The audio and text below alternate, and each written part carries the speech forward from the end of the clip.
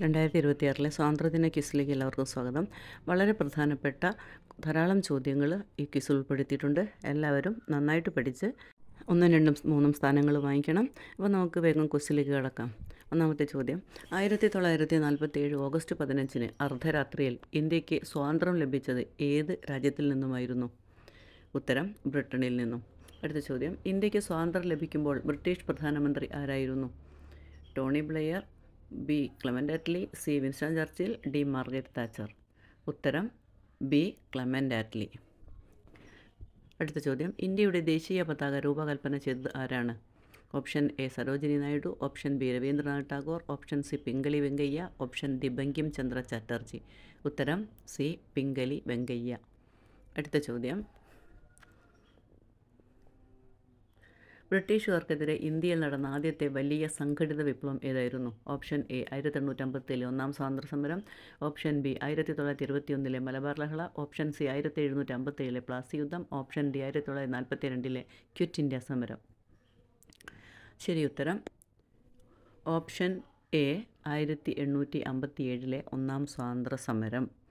അടുത്ത ചോദ്യം, ജവഹർലാൽ നെഹ്റു വിധിയുമായുള്ള കൂടിക്കാഴ്ച ട്രസ്റ്റ് വിത്ത് ഡെസ്റ്റിനി എന്ന തൻ്റെ പ്രസംഗം നടത്തിയത് എപ്പോഴാണ്? Option A 1942 August 8, option B 1950 January 26, option C 1947 August 14 അർദ്ധരാത്രിയിൽ, ഓപ്ഷൻ ഡി 1948 ജനുവരി 30.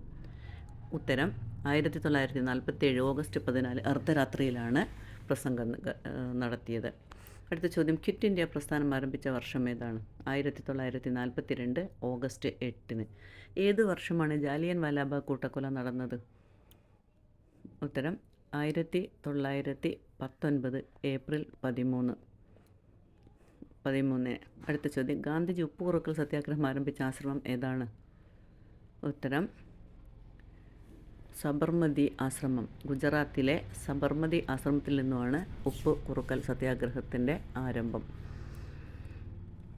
പ്രവർത്തിക്കുക അല്ലെങ്കിൽ മരിക്കുക, ഡു ഓർ ഡൈ എന്ന മുദ്രാവാക്യം ഗാന്ധിജി നൽകിയത് ഏത് പ്രസ്ഥാനത്തിലാണ്? ഏത് സമരവുമായി ബന്ധപ്പെട്ടാണ്? 1942 ക്വിറ്റ് ഇന്ത്യ സമരം. അടുത്ത ചോദ്യം, ചൗരി ചൗര സംഭവം നടന്ന വർഷം ഏതാണ്? 1922 ചൗരി ചൗര സംഭവം നടന്നത്.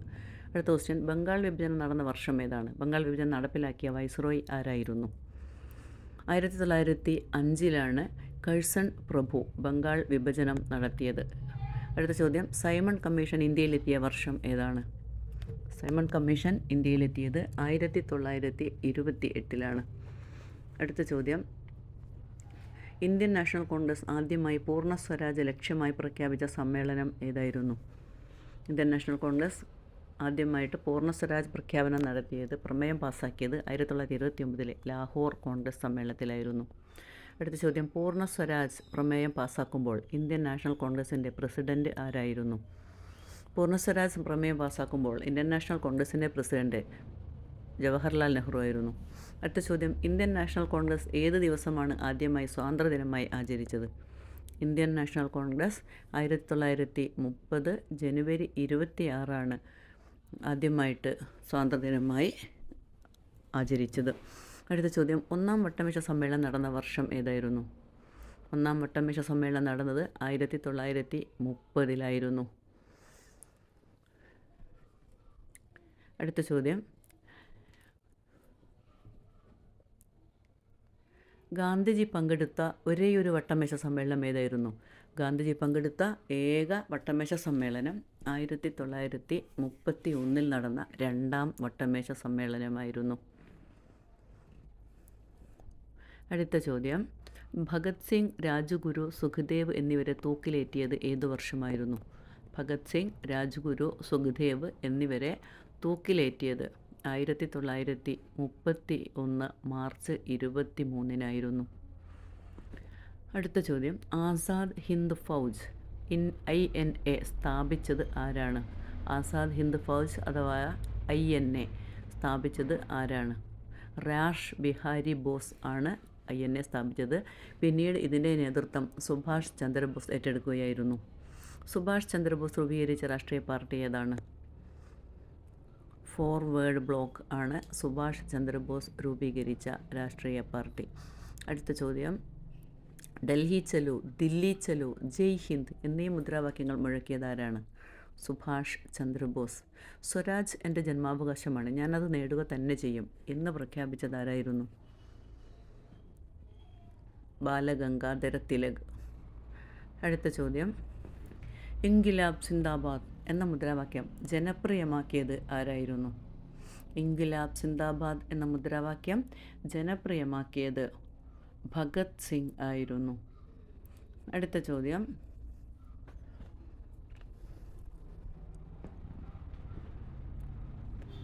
പഞ്ചാബ് കേസരി എന്നറിയപ്പെടുന്നത് ആരാണ്? പഞ്ചാബ് കേസരി എന്നറിയപ്പെടുന്നത് ലാലാ ലജ്പത് റായ് ആണ്. പഞ്ചാബ് കേസരി ലാലാ ലജ്പത് റായ്. അടുത്ത ചോദ്യം, ഫ്രോണ്ടിയർ ഗാന്ധി അഥവാ അതിർത്തി ഗാന്ധി എന്നറിയപ്പെടുന്നത് ആരാണ്? ഫ്രോണ്ടിയർ ഗാന്ധി അഥവാ അതിർത്തി ഗാന്ധി എന്നറിയപ്പെടുന്നത് ഖാൻ അബ്ദുൾ ഖാഫർ ഖാൻ ആണ്. ഖാൻ അബ്ദുൾ ഖാഫർ ഖാൻ. അടുത്ത ചോദ്യം, ഇന്ത്യയുടെ ഇരുമ്പു മനുഷ്യൻ അല്ലെങ്കിൽ ഇന്ത്യയുടെ ഉരുക്കു മനുഷ്യൻ, അയൺ മാൻ ഓഫ് ഇന്ത്യ എന്നെല്ലാം അറിയപ്പെടുന്നത് ആരായിരുന്നു? ഉത്തരം സർദാർ വല്ലഭായ് പട്ടേൽ. സർദാർ വല്ലഭായ് പട്ടേലാണ് ഇന്ത്യയുടെ ഉരുക്കു മനുഷ്യൻ എന്ന്, അയൺ മാൻ ഓഫ് ഇന്ത്യ, ഇന്ത്യയുടെ ഇരുമ്പ് മനുഷ്യൻ എന്നെല്ലാം അറിയപ്പെടുന്ന നേതാവ്. ഇന്ത്യൻ നവോത്ഥാനത്തിൻ്റെ പിതാവ് എന്നറിയപ്പെടുന്നത് ആരെ? ഇന്ത്യൻ നവോത്ഥാനത്തിൻ്റെ പിതാവ് എന്നറിയപ്പെടുന്നത് രാജാ റാം മോഹൻ റോയ് ആണ്. അടുത്ത ചോദ്യം, ഇന്ത്യയുടെ രാഷ്ട്രപിതാവ് എന്ന മഹാത്മാഗാന്ധിയെ ആദ്യം വിളിച്ചതാരായിരുന്നു? ഇന്ത്യയുടെ രാഷ്ട്രപിതാവ് എന്ന് മഹാത്മാഗാന്ധിയെ ആദ്യം വിളിച്ചത് ആരായിരുന്നു? സുഭാഷ് ചന്ദ്രബോസ് ആയിരുന്നു മഹാത്മാഗാന്ധിജിയെ ആദ്യമായിട്ട് മഹാത്മാഗാന്ധി എന്ന് വിളിച്ചത്. അടുത്ത ചോദ്യം, മഹാത്മാഗാന്ധിയുടെ രാഷ്ട്രീയ ഗുരു ആരായിരുന്നു? മഹാത്മാഗാന്ധിയുടെ രാഷ്ട്രീയ ഗുരു ഗോപാലകൃഷ്ണ ഗോഖലെയായിരുന്നു. മഹാത്മാഗാന്ധിയുടെ രാഷ്ട്രീയ ഗുരു എന്ന് പറയുന്നത് ഗോപാലകൃഷ്ണ ഗോഖലെയായിരുന്നു. മഹാത്മാഗാന്ധിയുടെ ആത്മീയ ഗുരു ആരായിരുന്നു? മഹാത്മാഗാന്ധിയുടെ ആത്മീയ ഗുരു എന്ന് പറയുന്നത് ശ്രീമദ് രാജ് ചന്ദ്രയാണ്. ശ്രീമദ് രാജ് ചന്ദ്ര. മഹാത്മാഗാന്ധിയുടെ ആത്മീയ പിൻഗാമി എന്നറിയപ്പെടുന്നത് ആരെ? ആചാര്യ വിനോബ ഭാവെ. അടുത്ത ചോദ്യം, സ്വതന്ത്ര ഇന്ത്യയിലെ ആദ്യത്തെ വിദ്യാഭ്യാസ മന്ത്രി ആരായിരുന്നു? മൗലാന അബ്ദുൽ കലാം ആസാദ്. അടുത്ത ചോദ്യം, ദേശീയ ഗാനമായ ജനഗണമന രചിച്ചത് ആരാണ്? രവീന്ദ്രനാഥ ടാഗോർ. അടുത്ത ചോദ്യം, ജനഗണമന ആദ്യമായി ആലപിച്ച കോൺഗ്രസ് സമ്മേളനം ഏത്? 1911 കൊൽക്കത്ത കോൺഗ്രസ്. 1911 കൊൽക്കത്തയിൽ വെച്ച് നടന്ന ഇൻ്റർനാഷണൽ കോൺഗ്രസിൻ്റെ സമ്മേളനത്തിൽ വെച്ചാണ് ആദ്യമായിട്ട് ദേശീയ ഗാനം ആലപിക്കപ്പെട്ടത്. അടുത്ത ചോദ്യം, ദേശീയ ഗീതമായ വന്ദേ മാതരം രചിച്ചത് ആരാണ്? ഉത്തരം ബങ്കിം ചന്ദ്ര ചാറ്റർജി. അടുത്ത ചോദ്യം, വന്ദേ മാതരം ബങ്കിം ചന്ദ്ര ചാറ്റർജിയുടെ ഏത് നോവലിൽ നിന്നാണ് എടുത്തിട്ടുള്ളത്? ഉത്തരം ആനന്ദമഠം. അടുത്ത ചോദ്യം, നമ്മുടെ ദേശീയ പതാക രൂപകൽപ്പന ചെയ്തത് ആരാണ്? ഉത്തരം പിംഗലി വെങ്കയ്യ. ദേശീയ പതാകയുടെ നീളവും വീതിയും തമ്മിലുള്ള അനുപാതം എത്രയാണ്? ദേശീയ പതാകയുടെ നീളവും വീതിയും തമ്മിലുള്ള അനുപാതം 3:2 ആണ്. അടുത്ത ചോദ്യം, അശോക ചക്രത്തിലെ ആരക്കാലുകളുടെ എണ്ണം എത്ര? ഉത്തരം അശോക ചക്രത്തിൽ 24 ആരക്കാലുകളാണുള്ളത്. അടുത്ത ചോദ്യം, ഇന്ത്യയുടെ ദേശീയ മുദ്രാവാക്യം ഏതാണ്? സത്യമേവ ജയതേ. സത്യമേവ ജയതേ എന്ന മുദ്രാവാക്യം എടുത്തിട്ടുള്ളത് ഏത് ഉപനിഷത്തിൽ നിന്നുമാണ്? മുണ്ടകോപനിഷത്ത്. അടുത്ത ചോദ്യം, ഭരണഘടനാ നിർമ്മാണ സഭയുടെ ഡ്രാഫ്റ്റിംഗ് കമ്മിറ്റി ചെയർമാൻ ആരായിരുന്നു? Doctor BR Ambedkar. അടുത്ത ചോദ്യം, ഇന്ത്യൻ ഭരണഘടന നിലവിൽ വന്നത് എന്ന്? 1950 ജനുവരി 26. അടുത്ത ചോദ്യം, ഭരണഘടനാ നിർമ്മാണ സഭയുടെ സ്ഥിരം അധ്യക്ഷൻ ആരായിരുന്നു? ഉത്തരം ഡോക്ടർ രാജേന്ദ്ര പ്രസാദ്. അടുത്ത ചോദ്യം, കേരള ഗാന്ധി എന്നറിയപ്പെടുന്നത് ആര്? K. കേളപ്പൻ. വൈക്കം സത്യാഗ്രഹം നടന്ന വർഷം ഏതാണ്? ഏത് വർഷമാണ് വൈക്കം സത്യാഗ്രഹം നടന്നത്? 1924. അടുത്ത ചോദ്യം, ഗുരുവായൂർ സത്യാഗ്രഹം നടന്നത് ഏത് വർഷമായിരുന്നു? 1931.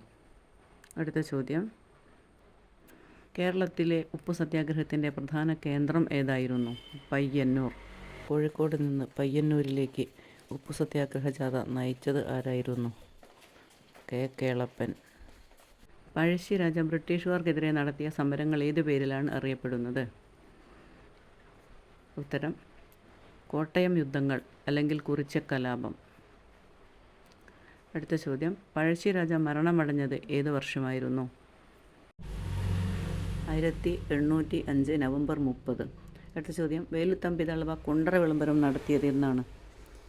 വേലുത്തമ്പി ദളവ കുണ്ടറ വിളംബരം നടത്തിയത് എന്നാണ്? 1809 ജനുവരി 11. മലബാർ കലാപം നടന്ന വർഷം ഏതാണ്? 1921. അടുത്ത ചോദ്യം, നിവർത്തന പ്രക്ഷോഭം നടന്ന വർഷം ഏതാണ്? 1932. കയ്യൂർ സമരം നടന്ന വർഷം ഏതായിരുന്നു? കയ്യൂർ സമരം നടന്നത് 1941.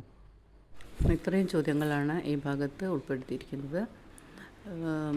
ഈ വീഡിയോ നിങ്ങൾക്കെല്ലാവർക്കും ഇഷ്ടമായെന്നാൽ ഈ ചാനലിന് സബ്സ്ക്രൈബ് ചെയ്യാൻ മടിക്കരുത്. അതോടൊപ്പം തന്നെ ഇത് നിങ്ങൾ കൂട്ടുകാർക്കും വേണ്ടപ്പെട്ടവർക്കൊക്കെ ഈ ക്വിസ് ഒന്ന് ഷെയർ ചെയ്ത് കൊടുക്കുക.